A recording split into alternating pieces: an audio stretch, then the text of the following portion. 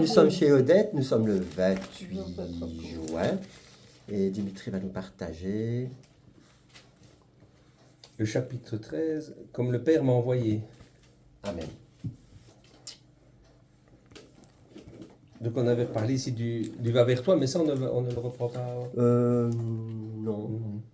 Je le mettrai si tu veux en short. Ok. Je le mettrai sur Réveillé et voilà, on repartagera là-dessus. Donc on avait vu la fois passée, c'était qu'on avait été de la mort à la nouvelle naissance. Voilà. Et on avait fini sur l'image d'un ascenseur. Rappelez-vous, l'ascenseur, c'était lié à la nouvelle naissance, donc l'image, c'est le baptême. Oui. Donc quand nous sommes baptisés, nous mourrons avec Christ et nous ressuscitons avec Christ. Ouais.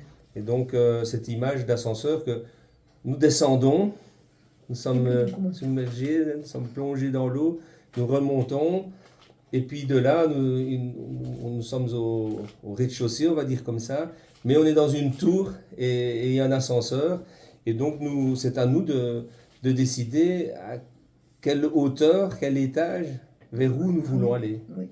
Donc on a vu il y a déjà pas mal de temps que Jésus a tout accompli, donc il a tout, par sa mort, il a tout accompli et nous avons tout reçu et nous sommes victorieux sur toutes choses.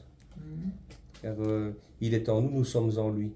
Et donc nous avons tout à notre portée. La seule chose que nous devons faire, c'est nous approprier ces choses qu'il nous a données. Donc on peut accepter le Seigneur, on peut prendre son baptême, et puis on peut se retrouver, comme je disais, dans l'ascenseur, et ne pas aller chercher les promesses qu'il nous a faites. Donc à nous alors de décider jusqu'où on veut monter. Donc c'est ça que c'était cette image de l'ascenseur. Je trouve ça beau parce que on peut être dans un ascenseur qui va très haut, mais si on n'appuie pas sur un bouton, on reste, on stagne. Et ce qui est encore plus beau, c'est qu'on peut appuyer pour aller jusque tout en haut. Ah oui. Voilà. Donc, mais je voyais aussi que il faut faire attention que dans l'ascenseur, aussi, il y a des personnes qui nous empêchent d'appuyer sur les boutons. Donc, faire attention dans notre entourage. Vraiment, il faut s'entourer de personnes qui ont envie d'avancer, de vivre vraiment la plénitude de Dieu. Et donc, que ce ne soient pas des personnes qui nous empêchent de monter. Oui. Ouais. Et moi, en fait, le témoignage que tu nous avais partagé, je te le rappelle, en fait, ça me fait penser maintenant à l'échelle de Jacob, comme l'ascenseur. Voilà, j'avais ça à l'esprit. C'est ça, l'échelle de Jacob qui a combattu avec l'ange de l'Éternel. Et j'aimerais que tu nous partages à nouveau ton témoignage avec ces 3 jours de migraine. Ah. Parce que c'est important de savoir tes combats, on peut se les approprier et les entendre et savoir voilà, comment tu l'as vécu, qu'est-ce qui s'est passé en fait.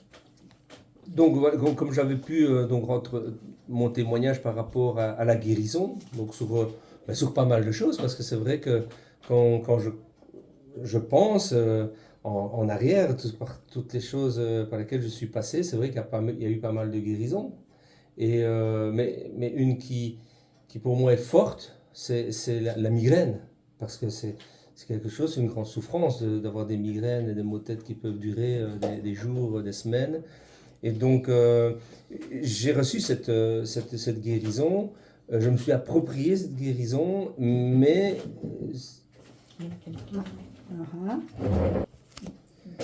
Et donc cette migraine, on ne peut pas dire qu'on est guéri, je ne peux pas dire que je suis guéri puis que je n'ai jamais plus de migraine.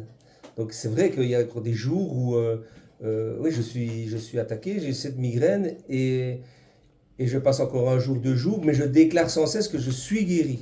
Amen. Mais ici, cette fois-ci, donc je dis c'est pas possible. Au fond de moi-même, je dis mais je ne veux surtout pas remettre les choses en question, mais je me dis mais non. Et à un moment donné, il faut dire aussi que j'avais tellement mal que je me suis dit non, mais Seigneur, ça c'est pas possible que ce soit comme ça.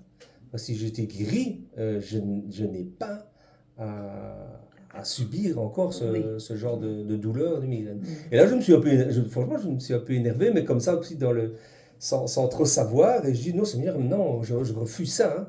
Je rejette cette douleur, et il n'y a pas de raison qu'elle continue. Et une demi-heure après, j'avais plus rien. Oh, c'est formidable. Ah oui, et si j'étais vraiment, c'était pas une question de dire oui, elle est en train de partir, non. C'était vraiment puissant.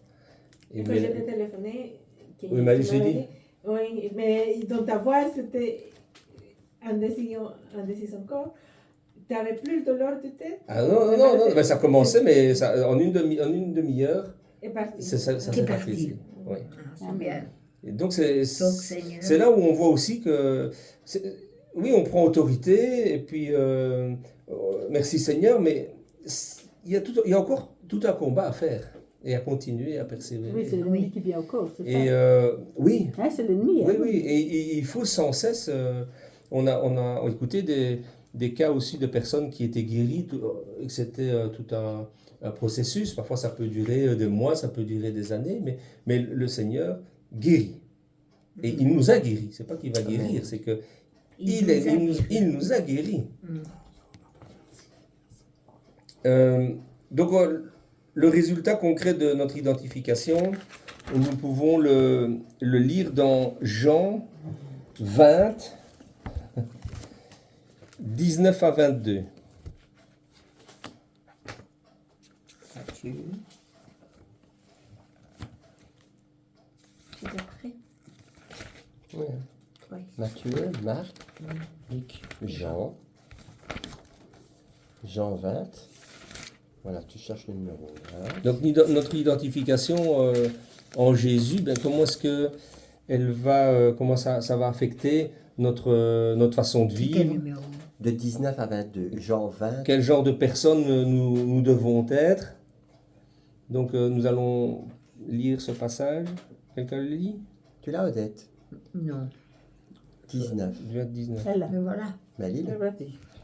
Le soir de ce jour, qui était le premier de la semaine, les portes du lieu où se trouvaient les disciples étant fermées à cause de la crainte qu'ils avaient des Juifs, Jésus vint, se présenta au milieu d'eux et leur dit : « La paix soit avec vous. » Et quand il eut dit cela, il leur montra ses mains et son côté. Les disciples furent dans la joie en voyant le Seigneur. Je continue. Jésus leur dit de nouveau : C'est à 22. « La paix soit avec vous. Comme le Père m'a envoyé, moi aussi je vous envoie. » C'est ça. Voilà. Donc on peut voir là que ça souffle, souffle de Jésus ressuscité, ben, le Saint-Esprit est rentré Elle a pas lu dans le chacun 22. d'eux. Elle n'a pas lu le 22. Non, on recommence le 22. Elle s'est Ben, arrêtée oui, au mais 21. Ah, je crois que c'est arrivé. Non, non, je... Après ces paroles, il souffla sur Voilà le eux souffle. et leur dit : « Recevez le Saint-Esprit. Ceux Amen. à Stop. qui- Ouais, top. Ah. Donc c'est là où on voit que Jésus ressuscité Oui, souffla sur eux et ils ont reçu le Saint-Esprit. le Saint-Esprit. Donc c'est... Jésus va dire, comme le Père m'a envoyé, moi aussi je vous Il vous envoie. envoie. Donc il y a tout un transfert. Tout ce que Jésus est venu, était envoyé par le Père, tout ce que a dit Jésus, les paroles qu'a dit Jésus, c'était le Père qui parlait, qui venait de lui. Tout ce qu'a fait Jésus, c'était le Père aussi. Donc comme le Père a envoyé Jésus, maintenant Jésus va nous envoyer. Et nous sommes, par ce souffle qu'il nous donne, nous sommes remplis de lui, nous vivons en lui, il vit en nous, et nous avons cette puissance de faire tout. Oui. Et il nous a laissés sur terre comme son représentant. Nous sommes ici comme des représentants officiels de Jésus. Amen. Amen. Donc, que signifie vraiment cette phrase ? Comme le Père m'a envoyé, moi aussi je vous envoie. Donc on peut lire un autre passage dans Jean 14, 8, 10.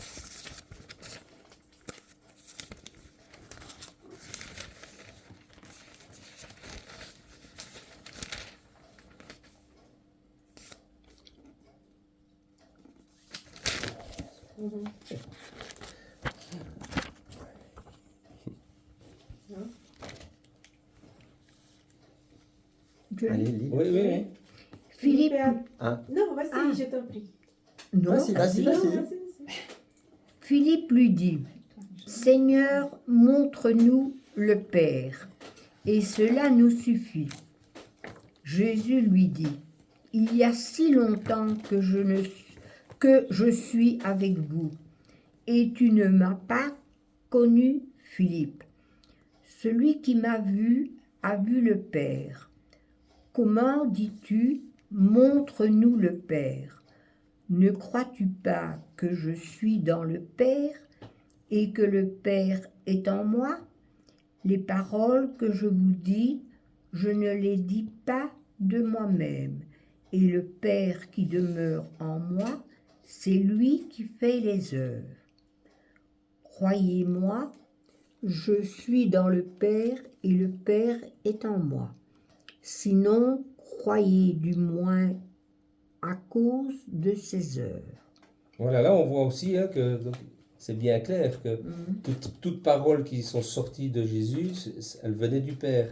Et toute œuvre qu'a fait Jésus venait aussi du Père. Donc Jésus n'a rien fait dans son ministère vraiment par sa propre puissance ou sa capacité.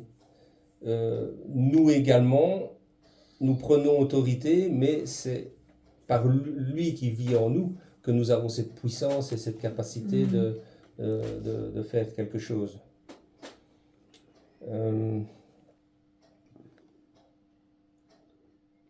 Donc Jésus a prononcé des paroles venant du Père, et le Père a accompli ses œuvres par Jésus.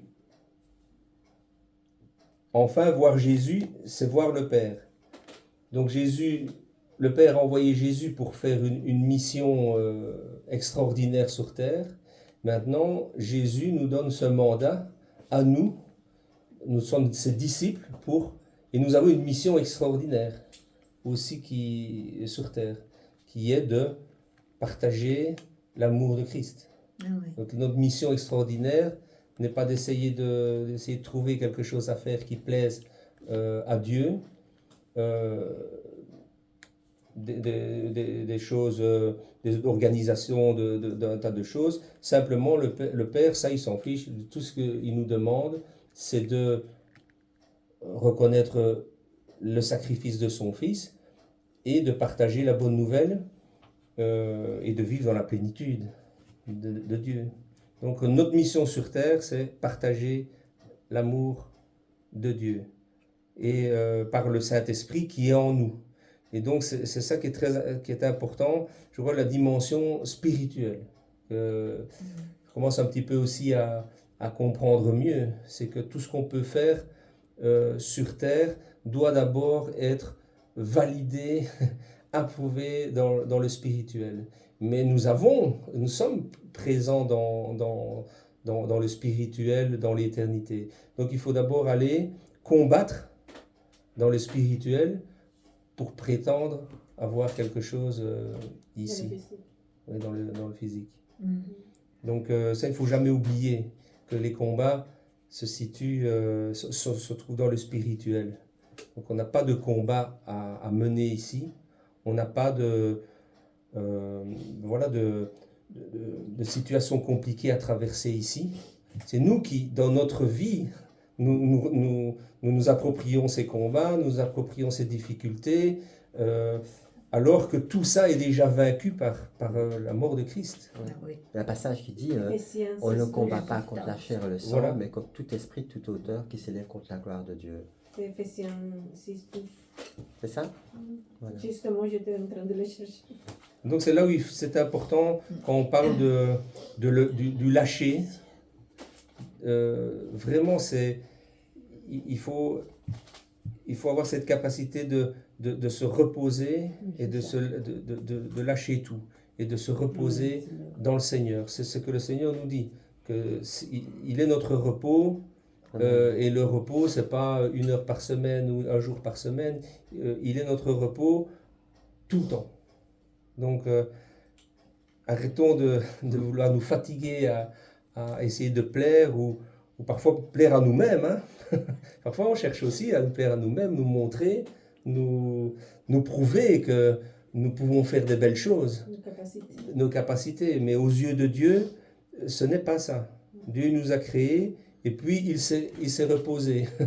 Donc, je veux dire, nous, tout ce qu'on doit faire, c'est nous reposer en lui et partager son amour. Et ça, c'est important. Et pour partager son amour, il faut être rempli de lui. Si on n'est pas rempli de lui, de sa parole, Non. on ne... C'est bon. Je sais pas. Moi, je pleure. Donc si nous ne sommes pas remplis de lui et imprégnés de sa parole, nous ne pouvons pas... C'est difficile de parler de son amour. Donc nous sommes des représentants officiels de Jésus sur terre. On avait chanté, j'ai noté mes chantiers. Et il est marqué dans 2 Corinthiens 5, 17, 21. Non, c'est parce qu'on a chanté justement un chant qui parlait de ça. Sommes les ambassadeurs. 2 Corinthiens 5, 17. 5 de 17 à 21. Voilà, je vais bien le dire moi cette fois-ci. Il est- 2 Corinthiens 5, 17 à 21. Si quelqu'un est en Christ, il est une nouvelle créature. Les choses anciennes sont passées, voici toutes choses sont devenues nouvelles. Et tout cela vient de Dieu qui nous a réconciliés avec lui par Christ et qui nous a donné le ministère de la réconciliation.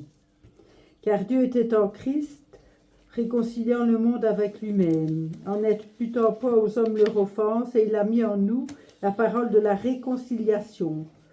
Nous faisons donc les fonctions d'ambassadeurs pour Christ, comme si Dieu exhortait par nous. Nous vous en supplions, au nom de Christ, soyez réconciliés avec Dieu. Celui qui n'a pas connu le péché, il a fait devenir péché pour nous, afin que nous devenions en lui justice de Dieu. Amen. Amen. Oui, donc on voit que ça commence d'abord par la nouvelle création. Il faut passer de la mort Amen. et devenir à une vie nouvelle en Christ. Donc Dieu nous a donné le ministère de réconciliation. Donc c'est une grosse responsabilité que l'on a. Hein. Tout comme Dieu était en Christ, réconciliant le monde avec lui-même, ainsi Christ réconcilie en nous le monde avec Dieu. Nous sommes vraiment les ambassadeurs de Christ. Donc c'est, comme le dit bien Paul. Plus loin, nous vous en supplions au nom de Christ, soyez réconciliés avec Dieu. Je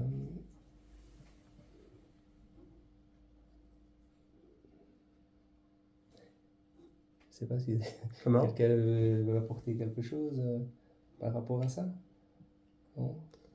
Amen. Ça peut être un partage qui est court. Hein.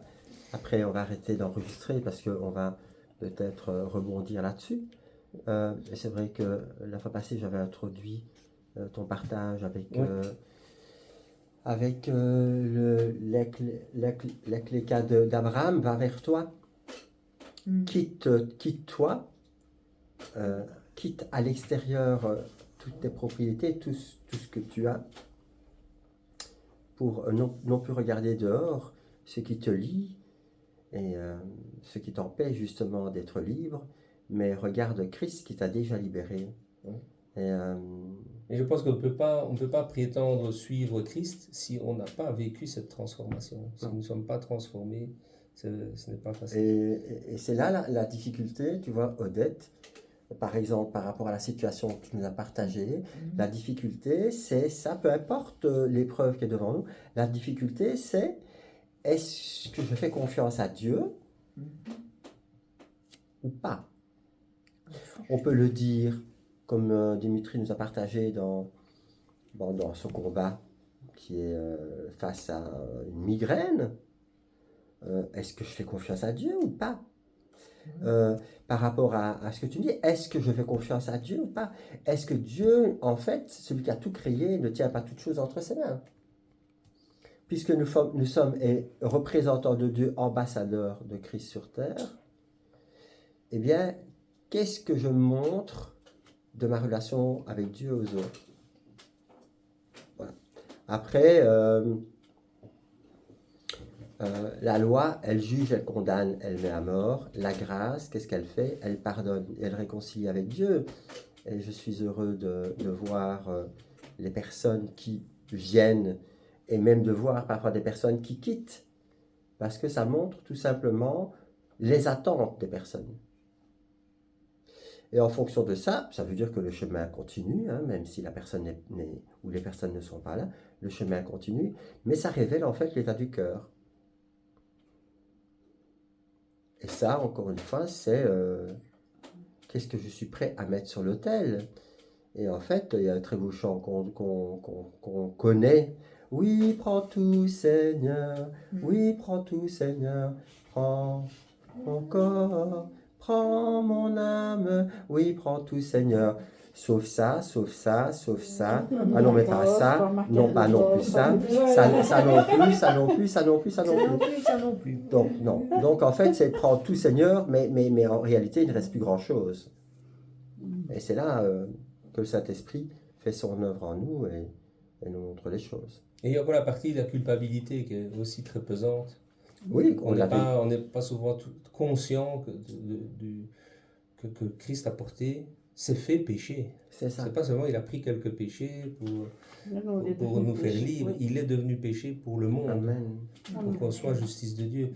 Et Ça, on le dit souvent, mais je pense qu'on a parfois du mal à se représenter Ouais. ce que ça a été. Ça a été Oui, dur. C'est vrai. Mais en On a fait, eu et c'est l'exemple. aussi le point que ça au point que ça nous rend libres. c'est ça. Donc il n'y a pas des exceptions, des circonstances atténuantes ou des circonstances particulières. Non, dans toutes circonstances, il a déjà accompli. Il a payé. Il n'y a plus rien à...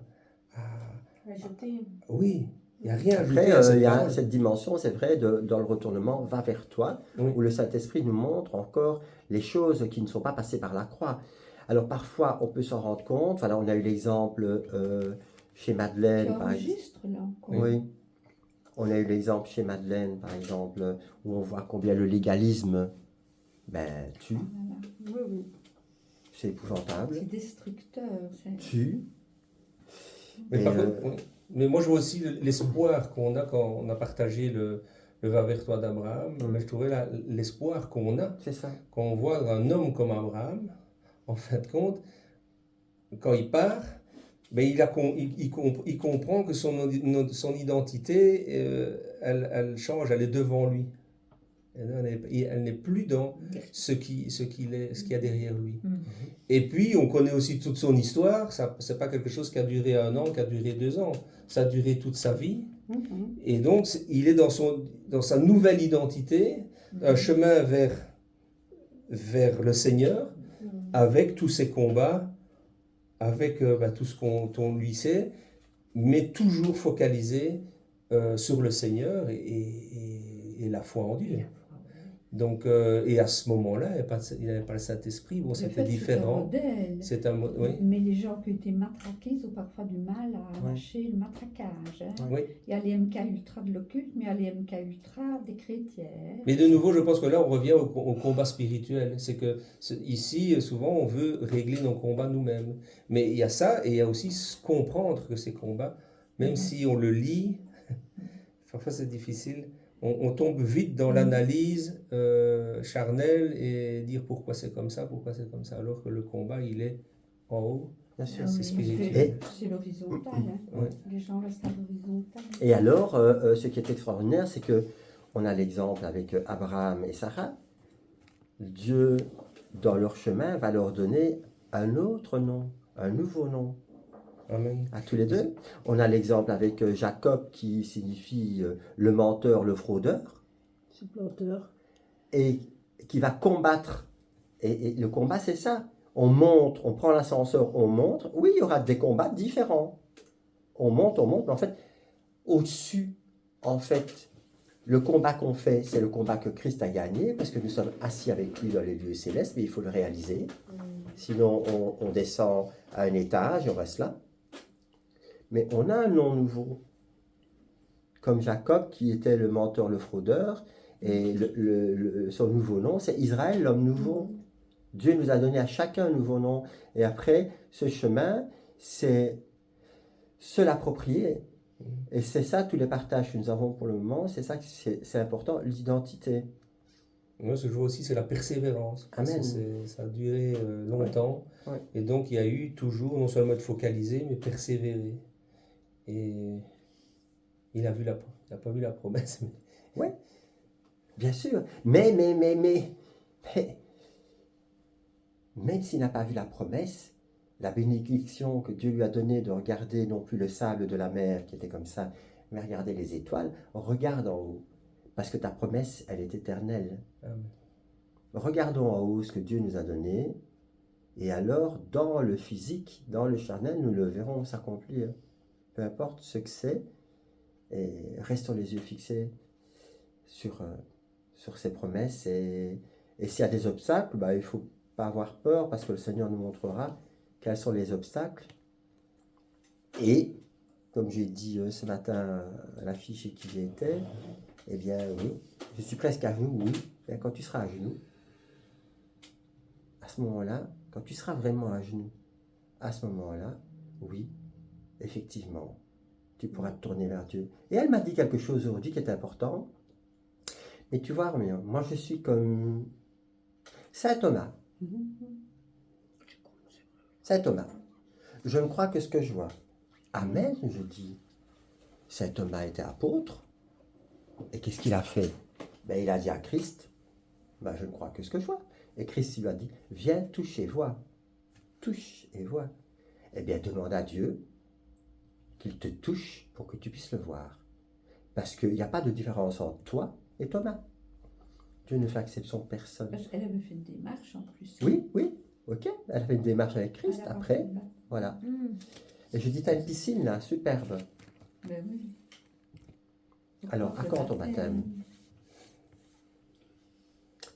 Voilà. Je vais arrêter d'enregistrer. Donc, soyons réconciliés avec Dieu, Amen. afin que nous puissions être de bons messagers de réconciliation. Ah ouais. De réconciliation de Dieu par Christ, pour le reste du monde. Amen.